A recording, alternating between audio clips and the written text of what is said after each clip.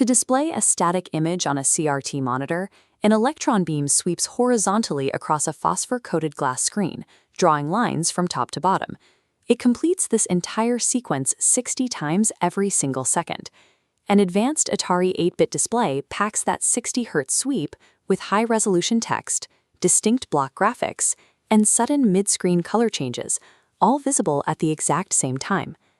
Generating that complex display requires the computer to constantly calculate pixel locations, colors, and memory addresses, and then push that raw graphical data to the screen at the precise moment the electron beam needs it. The standard MOS 6502 CPU used in these systems runs at a clock speed of roughly 1.8 MHz.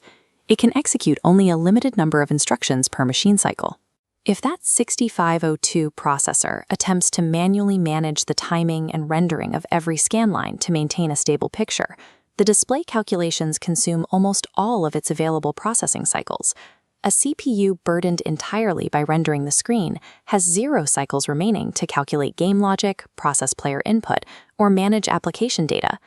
The Atari 800XL avoids this bottleneck by offloading the entire visual workload away from the central processor. Instead of relying on a single chip, the system utilizes an asymmetric coprocessor architecture. In this system block diagram, the 6502 CPU is flanked by custom chips. GTIA sits at the pipeline's end, outputting final colors to the television. Upstream, the Antic chip acts as the display's master, feeding a continuous instruction stream directly to GTIA.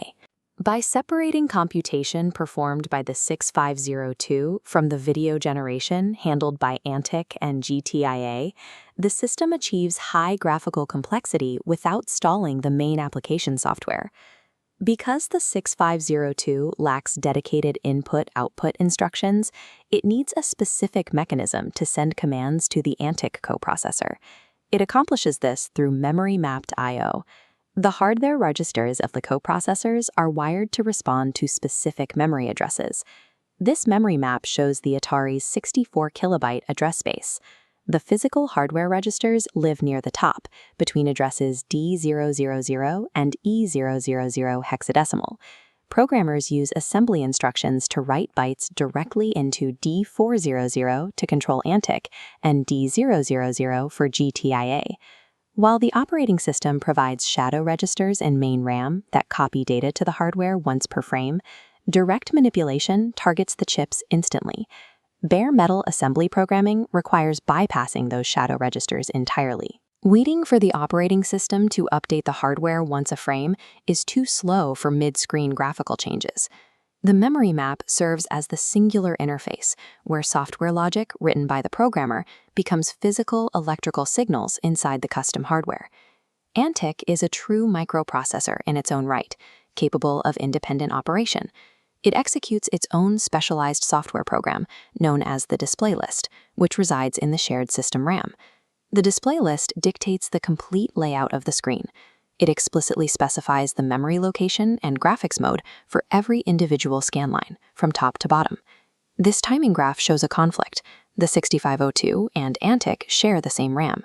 To resolve this, Antic asserts the halt pin, freezing the 6502. By stealing a cycle, Antic reads the display list over the data bus.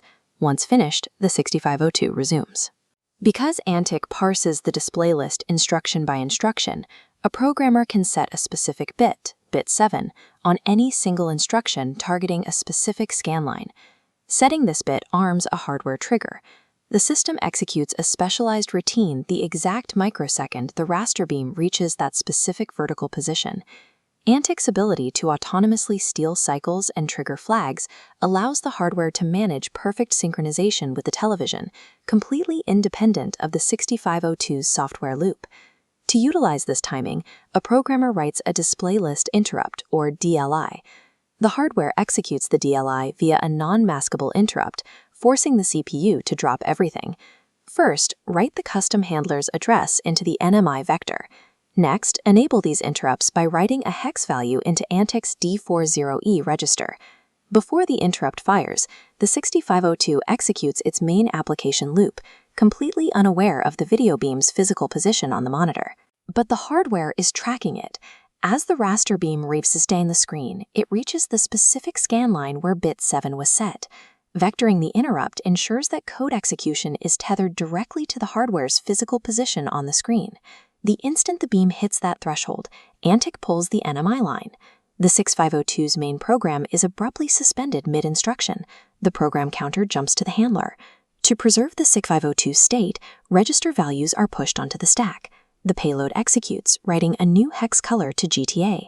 Finally, values are popped off the stack, restoring the CPU.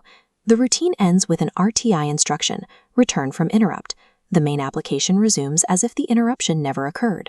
On the television, the result is a sharp, distinct color change in the middle of the screen, executed without ongoing management from the CPU.